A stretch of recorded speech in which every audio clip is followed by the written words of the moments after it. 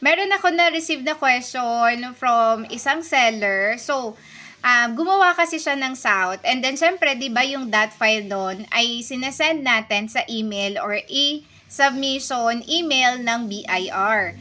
So, hindi pa siya nakaka-receive ng validation email from e-submission. So, paano yun? Malapit na yung deadline ng April 15. Huwag kayong mag-alala kasi naman, yung validation report, 'di ba? Sinesend natin siya sa EAFS or ina-upload natin 'yon sa EAFS.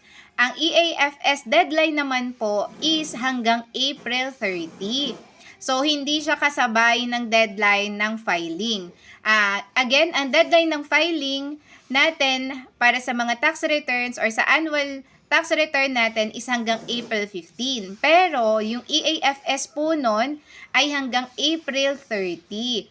So, for sure, makaka-receive ka na nun ng validation report from e-submission. So, yun lang mga mamsis. Kung meron pa kayong question, suggestion, and correction, i-comment nyo lang po dyan. Again, ito si Mami Chris.